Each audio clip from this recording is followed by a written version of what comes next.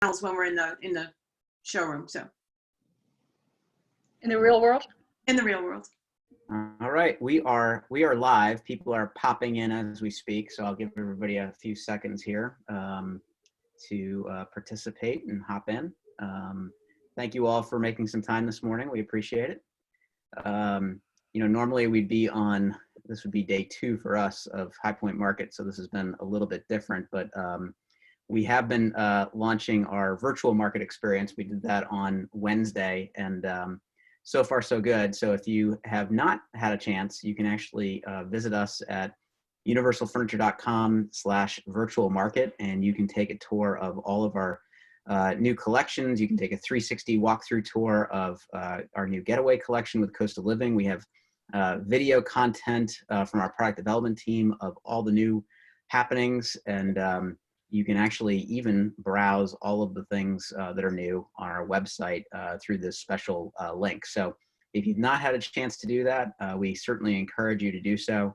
And hopefully, if nothing else, it can allow you to have some time to think about something else. So today we have Diane Falvey from Furniture, Lighting, and Decor, and we've been partnering with you all for some time now. And typically, as I said, we do a lot of these in our showroom in our learning center. So instead, we're all at home doing this remotely.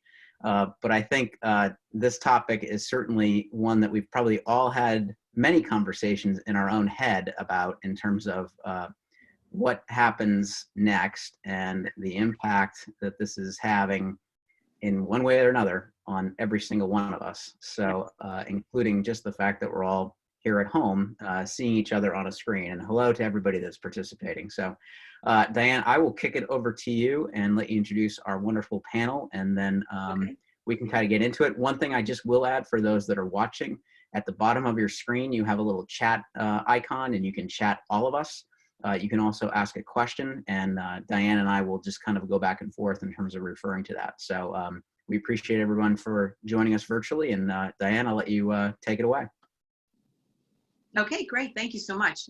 Neil, thank you for this opportunity. And from what I hear, the virtual market is absolutely fabulous. So I can't wait to go on and look at everything in a little while. This is a great program that you've put together, and this is a very, very important topic right now. So we are obviously, retailers all across the country, all across the globe, have been impacted by these shelter-in-place orders, by customers who are wary of coming in your store if you are open, and as we all try to navigate this coronavirus pandemic. We are talking today with 3 retailers, Courtney and Teddie Garrigan from Coco Dash in Dallas, Mary Liz Curtin from Leon and Lulu in Clawson, Michigan, just outside of Detroit, and Carole Marcotte from the Shops at 1700 in Raleigh, North Carolina. And as all 3 of you are dealing with different challenges, but you're also in a position where you're going to be you're navigating this crisis fairly, let's put it that way, when we talked on Wednesday. So what I'm going to do first is let you guys talk a little bit about your businesses, and then we'll jump into questions. Teddie, you want to talk a little bit about Coco Dash? Well, Coco Dash, for those of you who don't know, is a home decor store, and we're located in Dallas. And we also recently have started providing interior decorating services. We've done it for several years, but we now are doing it officially. And we're preparing to open a new custom bedding shop or area that's connected to our store. So Courtney and I, my daughter and I, own the store, and we're partners. And I will say that our state, because I do think people, I'm getting questions this morning about it, our state opens officially today for retailers.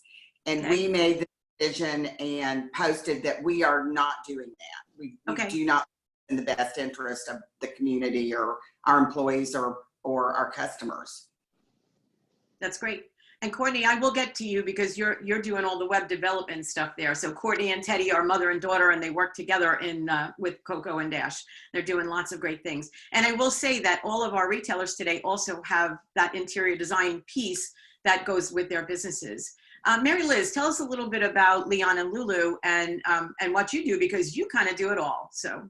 Leon Lulu is a 15,000 square foot destination retail store located in a vintage roller skating rink. And we sell custom upholstery, we sell case goods, we sell women's apparel, we sell gifts. We have price points that start at about 75 cents and go up to, holy crap, is that expensive? We do in-house interior design, but we're not a real design house by any means, although we'll help customers when they're in the store. We do custom upholstery.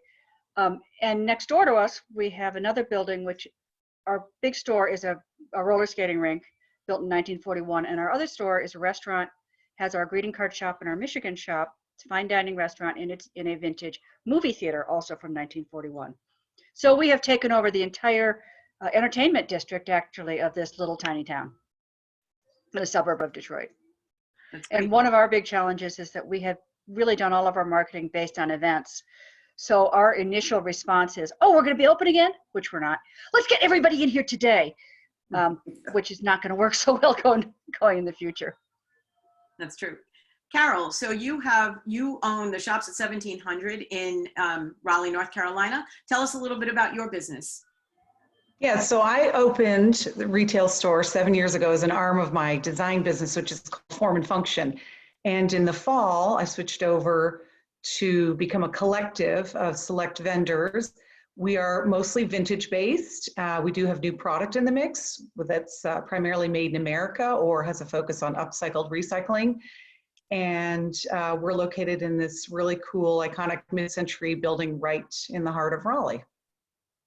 That's great. That's great. So you're all a little bit unique. You have different things, but the same thing. You're all retailers that right now are not considered necessarily essential, and stores are closed, right? This situation is unprecedented. Obviously, none of us have ever been through anything like this before. But you're veteran retailers, and you've weathered economic challenges in your businesses in the past. How has that set you up to weather this one as well? Teddie, I'm going to start with you. Well, I owned a store in Dallas, a large store in Dallas in the 1980s. And so I bought it the year before the 1987 stock market crash, Black Monday. And a lot of people may be too young to remember that, but it was a really severe economic disruptor, and it hit at the same time as the Texas savings and loan debacle, where all of those banks went under and the savings and loans, and our customers were carriage trade. But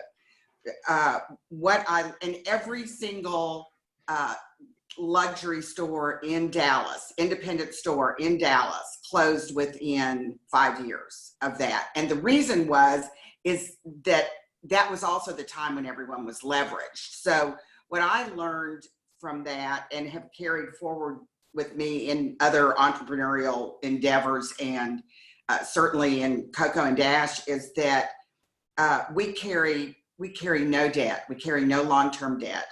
And we also know that we have to be able to make decisions quickly and pivot and really understand what it will take for us to make a change and embrace that change. And then overriding all of that is the ability to stay positive in these circumstances, because a lot of fear and anxiety plays into it. And I think that's when bad decisions are made, is when you're operating from fear and you become desperate and you do things like slashing prices to get people in the door, when that really is not, that's not going to get people in the door, certainly in a circumstance like we're in now. Mm-hmm. But it really is basically being able to understand how to navigate waters in bad times and be able to, make quick shifts, make changes. And Courtney and I are really nimble about that. When we see an idea in good times is not going the way we want it, we pivot. We're always using that word, time to pivot. Right. And so although there's anxiety, we don't have a lot of fear right now, other than health concerns and what this will mean, in terms of some broader economic issues. Okay. And Courtney, so talking about that pivot, there's something that you're working on with your store right now that is a big pivot, because none of these retailers came into this crisis with e-commerce. So this is everybody has websites, but not e-commerce. So Courtney, talk a little bit about what you've been working on while you've had some downtime. I don't know if that's really what it's called, but I don't know that I would call it downtime, but it's been time that I could work in my pajamas. So as you said, we did not have any kind of e-commerce, and we had a website, and it was part of our plan for third quarter to go ahead and get started on building an e-commerce website. We get asked about that all the time, and it was finally time to do it. So we had to pivot and move that up. And so I started working on it this right when all of this was starting to hit, and about a week, I guess, before the store officially closed. And we've launched the new website, sans the products as of now, and hopefully next week, it's great. I will have all the products done and ready to go. And I think it's something that we needed. No, not necessarily because we were trying to like take advantage and make a buck right now. We are just trying to keep in people's minds, and and they ask for it, so we're gonna give it to them. Good. Mom, Mary, is that a right description? I'm sorry? I said it to Mom. Is that the right? I think so. It was on our timeline for business. It was scheduled for the fall. And Okay. so when we saw in March, we anticipated that we were going to have to close the store doors in March, and the store was totally, everything's in order. And so we just moved up. We looked and said, move this up, start now, let's get it going. And so that we have what we call dead air. I think that's the other thing. You don't want any dead air sitting around your business during a time like this. You want to be working. So Mary Liz, on that dead air question, you just opened your restaurant in the fall, correct? Yes, we did. We had a little cafe, which we upgraded. We put in a full commercial kitchen, and I just finished taking off the generator. So now I'm hoping for a power outage. Seems only fair. But that was a huge investment in a whole business that we don't really understand. Although we have a fabulous chef who does understand the business, and it was going along pretty well when this all happened. He has saved that business by starting a carryout and pickup business where you can buy 3 fabulous dinners for $40. You can also buy a bottle of wine. Perhaps a puzzle could get slid into your box from the other store. And we've had enough business to keep the doors open, pay the utilities, pay the rent, and keep 4 people on staff in the restaurant, and even more important, make a lot of customers happy. Plus, we're doing a lot of special events for first responders and care workers, where somebody will buy 500 sandwiches for us when we take 500 sack lunches down to the fire department in Detroit. So that's actually worked out pretty well. But on the big store side, Leon and Lulu side, or as we like to call it, the profitable side, we've had to close our doors. We never had e-commerce because I was recently informed that we have somewhere between 12,500 and 13,000 active SKUs, not including furniture.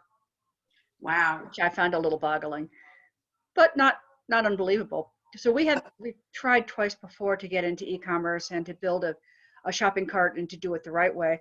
Well, it's worked really well for us, as is often the case with Leon and Lulu, to do it the wrong way. So we have a low-tech e-commerce. You can shop online. Our staff has been brilliant about putting items up for sale. But if you want to buy them, you have to call us or email us, and then we verify the inventory and tell you how much it's going to be. And it's high maintenance. It's labor intensive, but our customers are loving talking to us, and we're selling a lot of product that way. Not a lot, our idea of a lot now has really changed. Let me just be clear about that. But I go out and if there's a pile by the back door for UPS, I'm delirious. So it has been good. We're continuing to employ 3 or 4 people in the big store, and we've taken care of some huge maintenance issues, like repolyurethaning all 15,000 square feet of the big building, which we couldn't do. It would just be impossible to do that.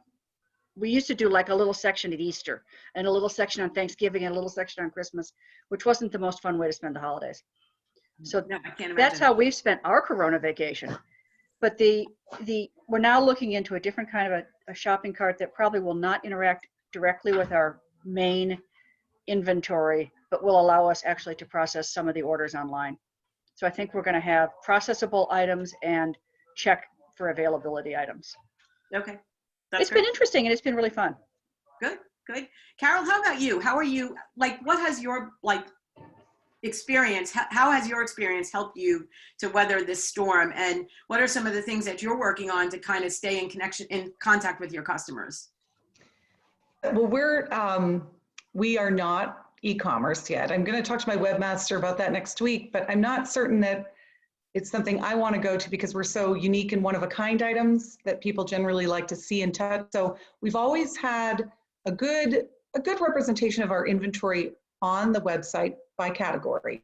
So I just beefed that up and have a larger amount on there. And we've been doing what I call pre-sales and holds because I had stopped curbside pickup and sales until we're going to restart that next week, actually. So I've quite a large amount set aside in the store, ready to go out the door when we tell these people to come and get it. So we've been doing that. And then as far as keeping in touch, we've just, really beefed up the social media and the weekly newsletter to kind of reflect the inventory. But there's this whole idea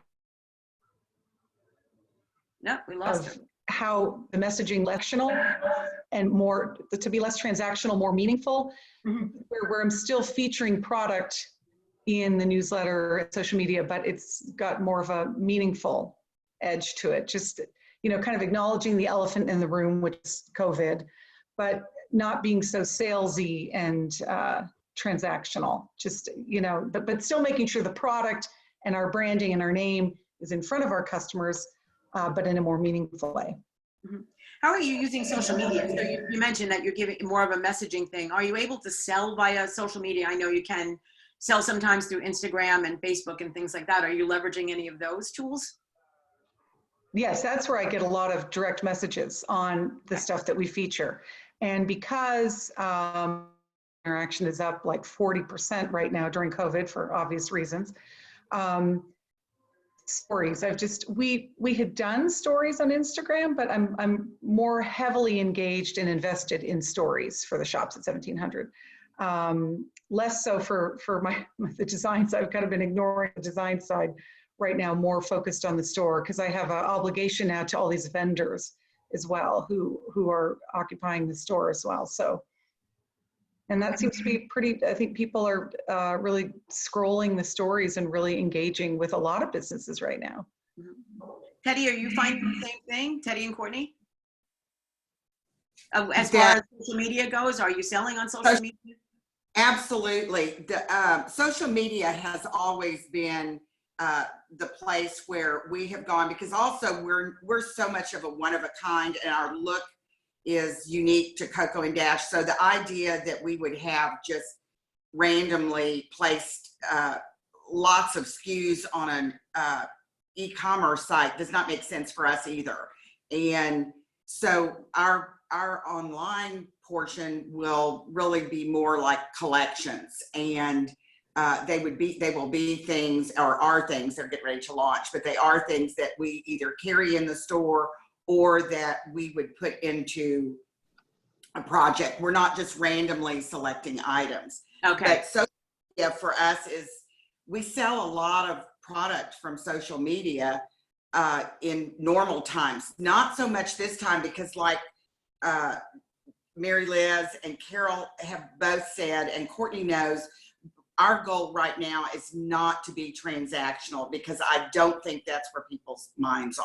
I think it's more of a, you know, we're looking to the future, because the truth is the economy runs on hope. And I think it's incumbent upon all of us to keep that hope in the forefront of people's minds, so they know that we are going to get through this. And at the end of the day, everything's going to be okay. It will be different, but it will be okay. That's good. That's good. Mary Liz, how about you? How are you communicating? Are you communicating differently with your customers? I know the videos that you're doing for your low-tech sales type thing are fun and just like joyful and make people smile and laugh.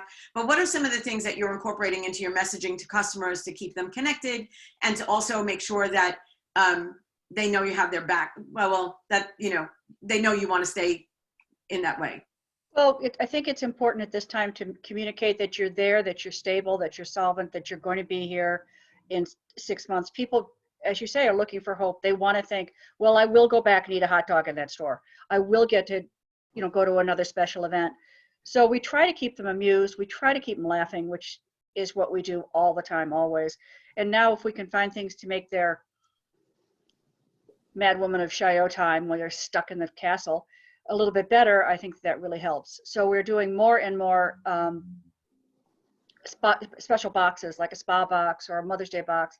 I think we have 8 Mother's Day boxes, and finding ways for them to give treats to other people. So you could buy this and send it to your people on the other side of the country, just to know that you're thinking of them, and send them some candy and some games and stuff. We had a lady who called and said, just send me $100 worth of fun. So we did. That's and great. It was a fun thing to do. But the biggest thing is to have them not forget about us and to give something light and bright in their inboxes. That's great. And So not to send a single spaced 8-point type letter saying how much we care about them and how we're thinking about them. We hope they're washing their hands. They're on their own on that. I don't need to tell them to do it, but I can show them some really good soap. There you go. Perfect. So have any of you been able to, this is a question from somebody who's listening, have any of you been able to work with landlords or with your mortgage companies to get some kind of abatement on your on your rent and things like that? I'm going to throw that one out there. Yeah, I'll answer for us. We are still working on it. Our landlords, they're lovely people. We do not own our building. They're lovely people, but they are at this point expecting us to meet the obligation as it's outlined in our lease, and that is not practical. First of all, rent in Dallas is insanely high on a good day. This makes no sense. We've been closed for over a month. So we are in negotiations with them. And the truth is, for retailers that we've heard from, and we do hear from a lot of independent retailers across the country with questions and comments, the truth is the only thing that is going to help retailers who do not own their buildings during this point, and maybe even those that are dealing with banks, is rent abatement. It's not cutting the rent. It's not pushing it to the back of the lease, because you're still paying for something that you will not have the opportunity to make money for the obligation. So what we are telling people is talk to your landlords. Don't avoid them. Absolutely engage. If you haven't heard from them, contact them, engage with them, and talk to them about this. And just, the old saying, it is what it is. And that's the best advice that we can hand out, but it's also what we're doing for ourselves. That's great. Carole, you have a unique situation because you have tenants in your building. How are you working with your collective so that they can stay afloat during this time and you don't lose tenants? Yes, so we are in a unique position. My husband and I own the building. As I like to say, I sleep with my landlord, so it's all good for me. But for the 7 vendors in my space, complete complete rental payment for the month of April, no questions. I mean, that was just not even, that was not even going to be an issue.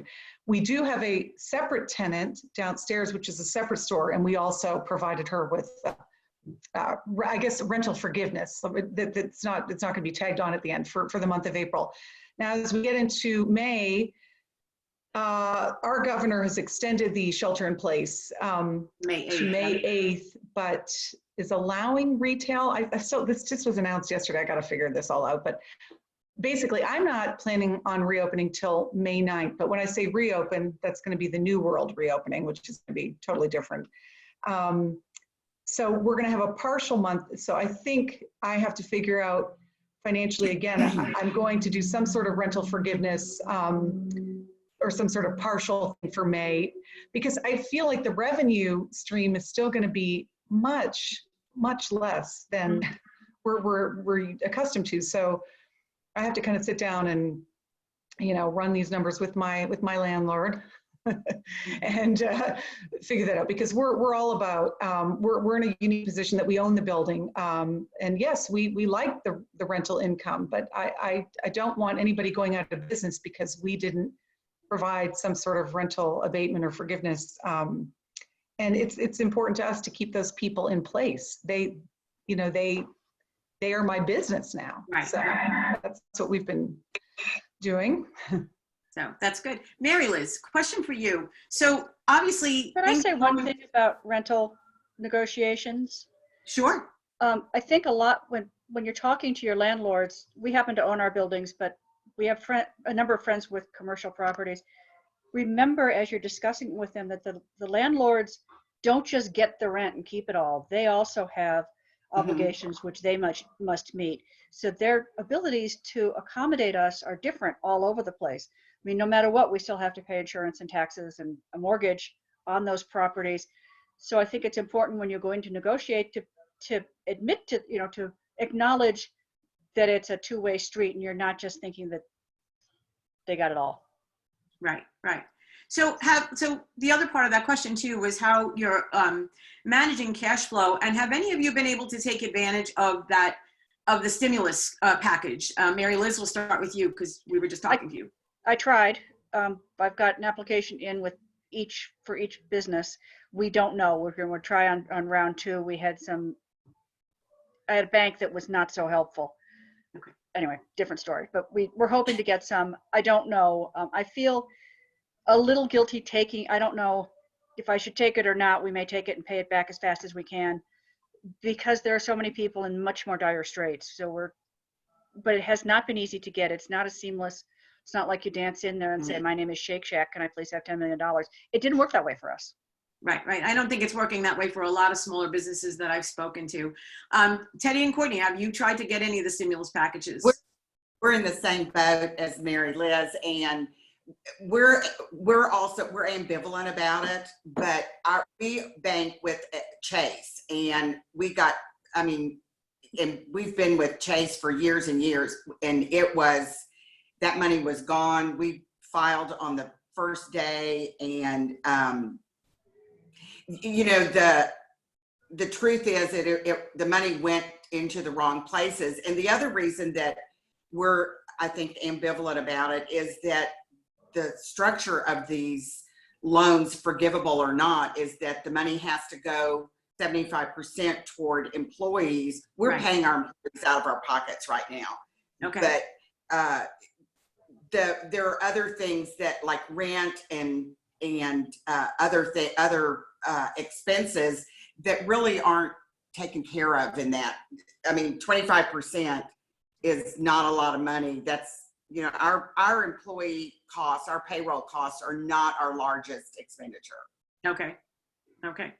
So let's pivot, because we're getting on here. Let's pivot to moving forward, right? Because one of the comments that we got is that thank you for the message of hope from all of you.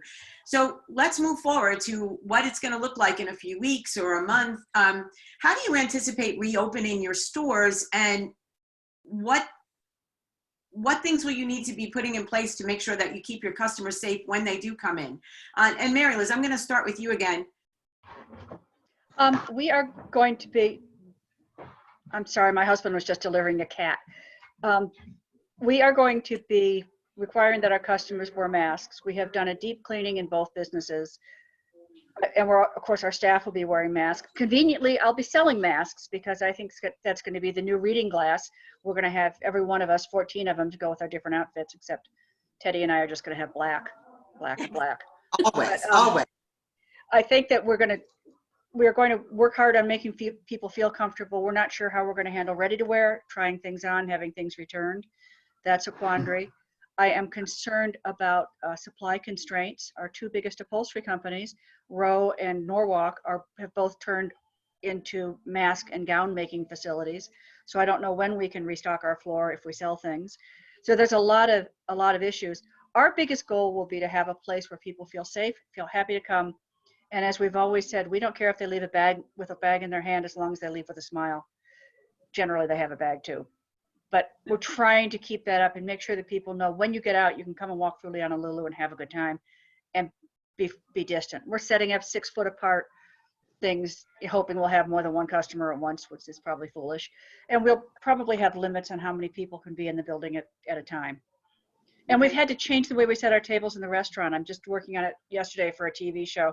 We used to have vintage china and a wine glass and a water glass and flowers and vintage flatware and a napkin.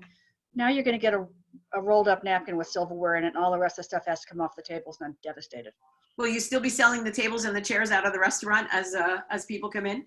I will be selling things I had previously not wanted to sell. If anybody's got $1.50, I am there. Okay.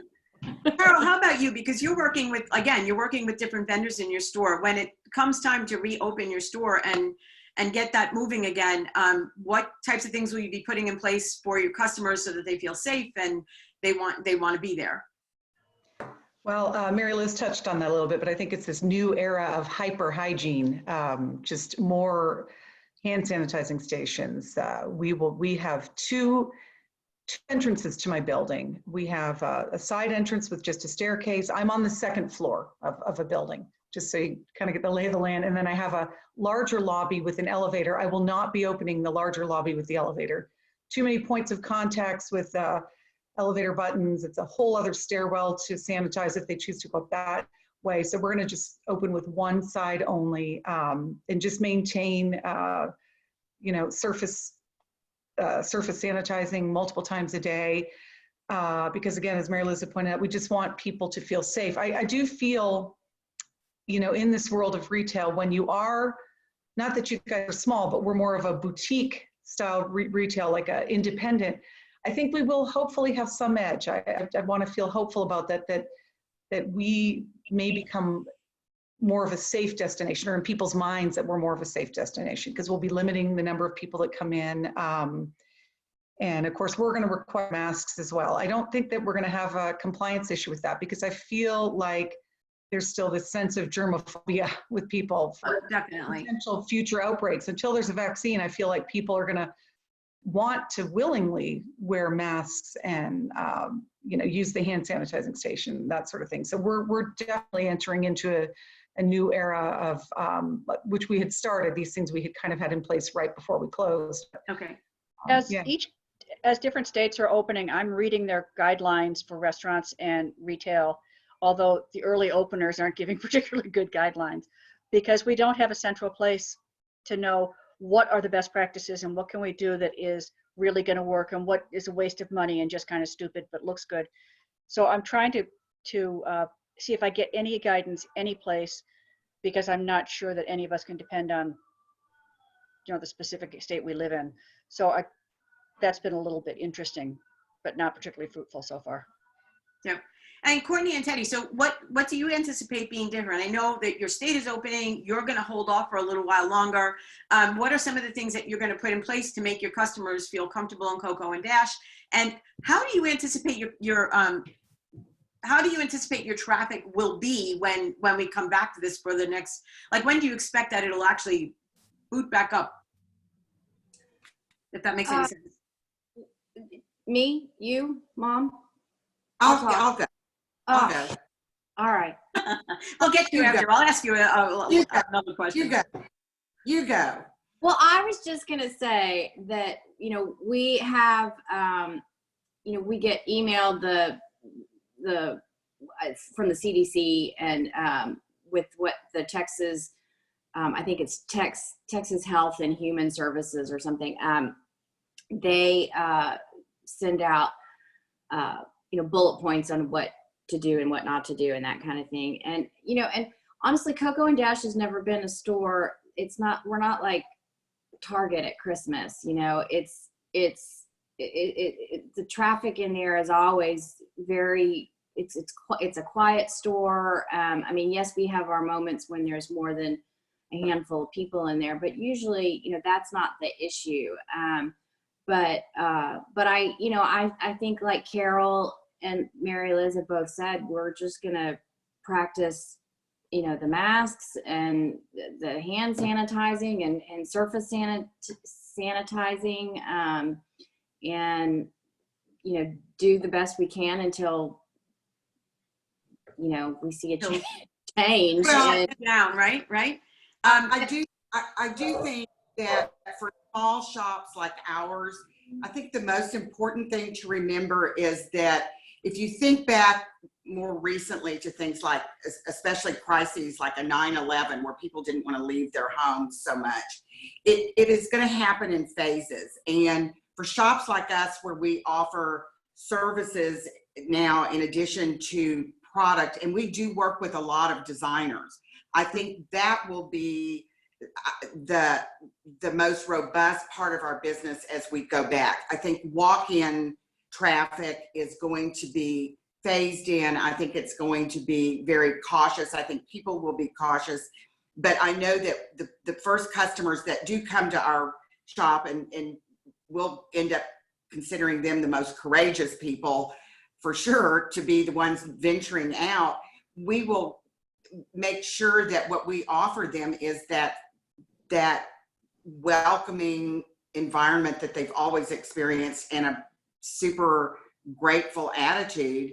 And it will happen, but I think we're months away, and I think we're kidding ourselves if we do think the doors are going to open and there's going to be a line of people out front, because that's not realistic. What about book by appointment? Well, I was going to say, we have talked about that, and once we have yet to kind of figure out this whole, there's talk that Monday, I think, they're gonna change something for Texas, or at least that's what I heard, as far as retail goes. I don't know what that is. It may not apply to us. The fact that retail can reopen as of today in Texas, and clearly we're not doing that. You can't like bring a sofa out to curbside. Right. I figured it out, but it doesn't. Yeah, we would figure it out. That's for darn sure. But We got to do it right when the shutdown started. We had a customer call and said, I cannot possibly be stuck in my kids with this sofa in my house. Please let me come. And she and her husband came with a trailer. That's funny. Well, but so, our store, all of our stores, are the kind where, people come in and they want to look and they want to touch and feel and they want to hear about the pieces. It's not, unless they stand outside the window and point, I just don't see how we could possibly reopen. But we've talked about book by appointment when we are allowed to actually have customers in the store. As of now, we are not allowed to have anyone in the shop.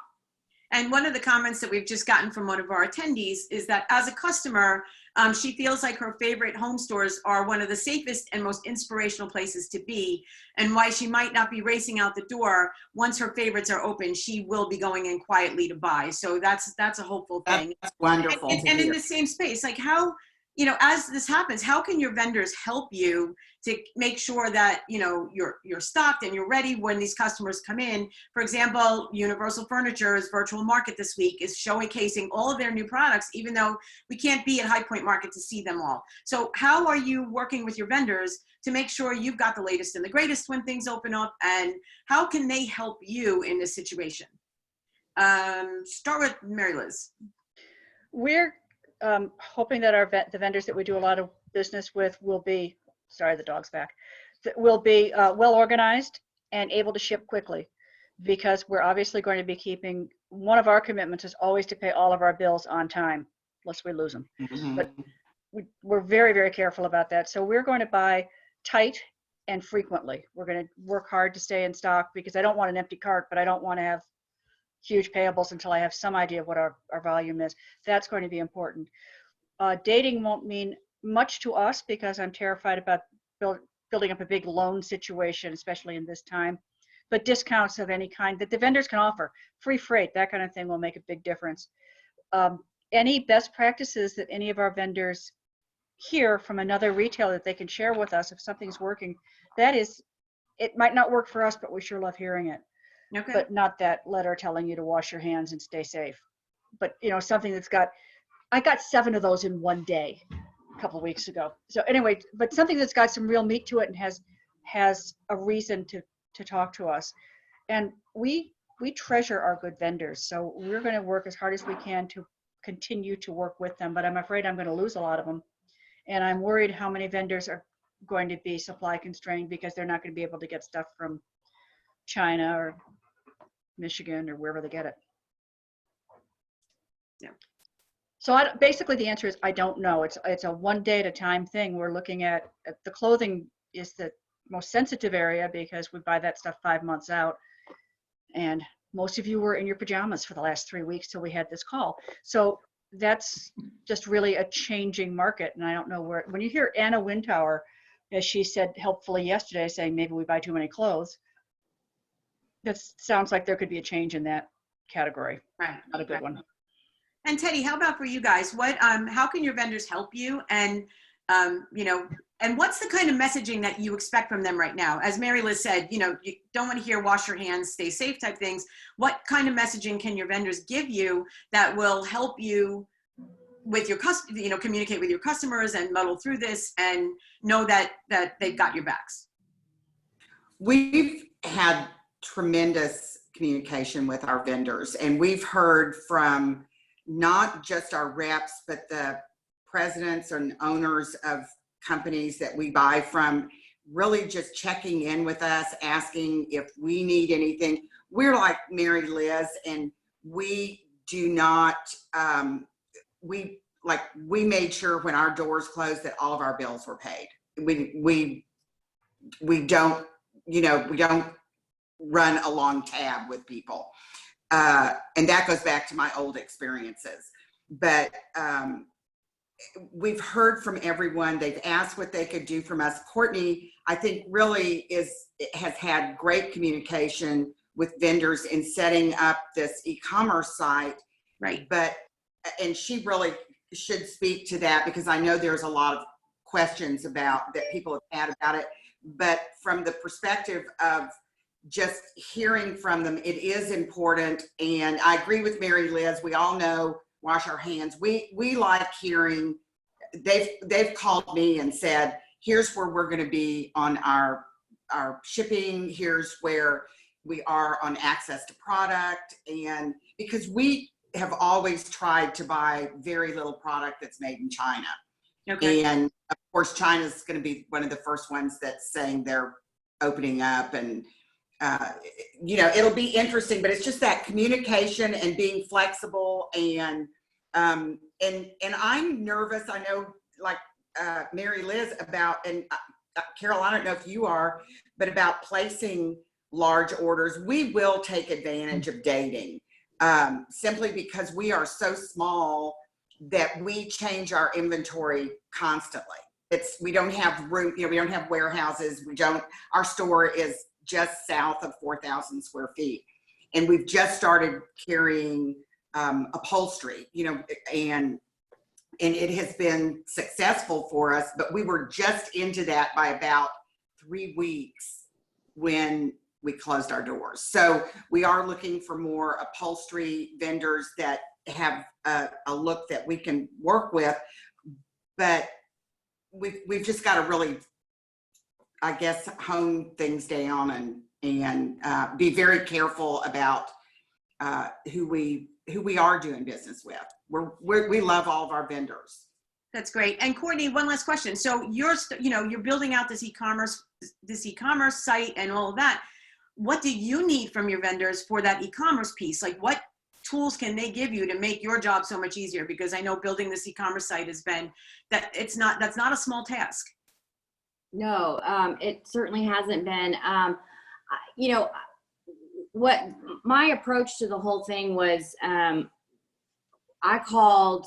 went straight to the top and called everybody I knew that was either the CEO or a president or a director of sale, you know, VP of sales or whatever, whoever I knew. And I said, this is what I'm doing. How can you help me? Right. And I feel lucky that I have those kind of contacts. You know, a lot of them just were like, whatever you need, we got it. And it's not just to us. I know they're doing that to everyone. Mm-hmm. Almost without exception, everyone has dropped all their drop shipping fees. You know, there's no minimums. They're making it very easy. Now, to start with, we are just doing working with vendors that can drop ship for us, because Okay. until we can get in the store, I can't put any of that stuff on the site because I can't get to it right now. Great. But we are gonna, we're only doing drop shipping things, you know, working with vendors that will drop ship for us. And like Mom said earlier, they're all items that we either have in the store currently, or have put in projects. I mean, they're all things that I'm not just running in saying, oh, look at all these things that I can get and putting them online. We're handpicking things that we either have had in the past, or have now, or would put in projects and that kind of thing. So, all the vendors have been very generous and very helpful. And when I ask, we don't use any vendors that sell direct online. Oh yeah, of course. Yeah. Okay. I'm not going to compete with a vendor that's that's selling retail, but I was going to say something and I just forgot what it was. Clearly it wasn't that. I'm gonna open it up to a couple of questions that we've gotten in from people who are listening in. So one of these, and this is a really good question. With home decor, like what do you see a shift in home decor items that you'll be selling as this comes back online? Are there categories that you're going to look into a little bit more heavily because your customers might be interested in something different as we all come back online? I think we're going to make a passing attempt to try to find more home office stuff that doesn't look like a home office, just ways to make, you know, Teddie more comfortable in her dining room, but not anything serious, not like a coffee table that turns into a desk that also is a gym, none of that kind of stuff. And you know, the other thing that vendors could do, I think for many of us, I think that reshippable cartons are going to become important. If that lamp comes in something that I can then ship to an online customer, that's something that may mean a lot to many of us. Okay. Absolutely. And that leads to another question that we've gotten asked by the audience. As for your customers, how do you plan to manage reselling returned items and make sure they're sanitized or off the floor for a certain amount of time so they're safe? Like if you get a return, what are you doing with that return before you can put it back out there? Hard goods, we wipe it down. Yeah, I think it's going to depend also on what the health professionals, the experts say about that. It's one of the reasons we're not doing this whole curbside thing. First of all, we don't take returns. We do exchanges, or people can have a store credit, but we don't want to have to say to someone, no, you can't exchange those pillows because we don't know where they've been, and we're not going to open up a whole hazmat section of trying to clean products. So for us, it's going to be a wait and see what the experts say. Okay. And it is one of the places that our trade organizations and our vendors could help us if an upholstery vendor or any category in the areas any category of product would say, when you get a lamp back, this is how you should deal with it. when you're selling it, this is how you should deal with it. This is how you should disinfect it in your store. How do I take care of upholstery? How do I take care of pillows? That'd be a fabulous white paper. That's great. That's great. So, I was and- gonna say, and I opened with it. I have a no return policy in my store, but the one thing we do offer is a 24-hour approval so that there's Mhm. less buyers for more. So that's the thing, like you guys are talking about with exchanges or returns, that I'm gonna have to struggle with. Do I maintain that 24-hour approval, which is the way I get around having a no return policy? So I think we'll have to really look to the experts to see, because I think there is going to be some jitters about people saying, well, has anybody touched this or taken this home? You know, we already have people who can look at a sofa on the floor. They want the same exact sofa. They get 10% off because it's on the floor for 30 days or whatever we do. But no, they want a new one that no one has sat on. So those people. The approval thing is not, that's how we get around returns also. We have a pretty generous, it's 20 hours, you know, sometimes it ekes out longer than that, but we've had a lot of discussions with other retailers about how do you deal with that approval. And for us right now, there probably won't be any approvals until we feel more secure about it. Mhm. I So- think we give them, I think, 4 days on approval, and we take anything back, no matter how ridiculous it is. We tell them 30 days and we break the rule as necessary. We'll continue to try to do that, but a lot of it depends on getting, some good advice and really knowing what's appropriate so that we can say authoritatively, this sofa came back and I've had, or, you know, we've had somewhere for however long, but I don't know that taking it to someone's home is any worse than taking it off the truck or having it here or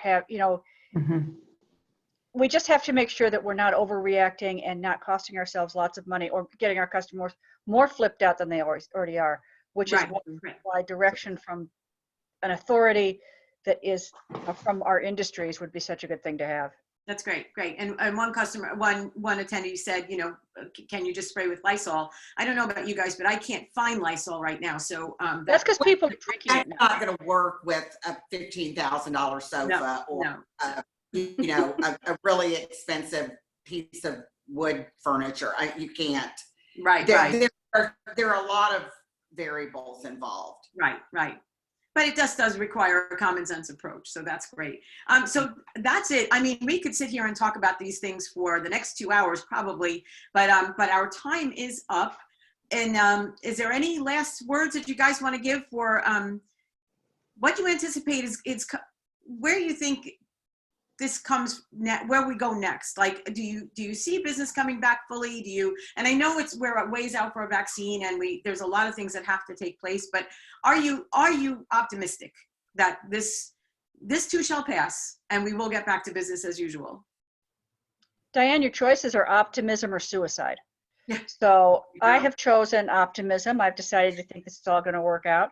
It's going to be, as a catastrophe always is, it's going to be good in many ways because it's going to force us to sharpen our business practices and buy better and be tighter on inventory and tighter on personnel and not use as much tissue when we wrap gifts and all that stuff. Our businesses next Christmas or next January are not going to be what we saw last Christmas and this January, I don't think. I don't know what's going to happen when stores are open and we're faced with competitors who have opened only to liquidate and then will disappear. So I think that's going to be a drain on the available dollars. But I think after the whole shakedown happens, after we know which stores are stable and which ones are going to continue, and there's something that once again, we will be profitable. We probably won't make as much money as we did for a while, but we will be in the black and we'll be solid. But we all have to work together, and that's the vendors, it's the landlords, it's the customers, it's us, it's everybody, and try to make everybody happy. That's wonderful. And that's a great note to end on. And I would like to thank you all, Teddie and Courtney Garrigan from Coco Dash, Mary Liz Curtin from Leon and Lulu, and Carole Marcotte from the Shops at 1700 and Form and Function. You guys are so insightful and so great. And I really appreciate everything that you've had to say today because it's all really important information. So thank you so much. Thanks. Thank you. And And I just wanted Pleasure. to, Neil, I love too. Zoom. yeah, right? and I just wanted to thank Neil? Thank you guys for making time. I thought there's, I mean, you'd probably do this all day, Diane. I think there's so many questions. Obviously, Sure. I think, we are all trying to kind of figure out kind of what the landscape looks like. So I think this was a good start in terms of getting that conversation started. And, maybe we can do this again soon. I wish all of you luck and health, obviously, as we do move forward. On our end, we did get some questions. This has been recorded. We will make this available everyone through our virtual market website. We do have a number of other sessions which you can get involved with today. And then on Monday, we're showcasing our new special order upholstery component, which is new to us and being manufactured in Conover, North Carolina. So we'll have some more to share with everyone on Monday on that. So thank you all for making time. We really do appreciate it. And we'll have, again, this recording probably available, if not end of day, then on Monday for everyone. So Okay. thank you again. Thanks, Thank you Neil. so much. Thank you, Neil. Bye-bye, thank you. Bye-bye. All Take right. care. Bye, y'all. Thanks, guys. Bye-bye. Bye.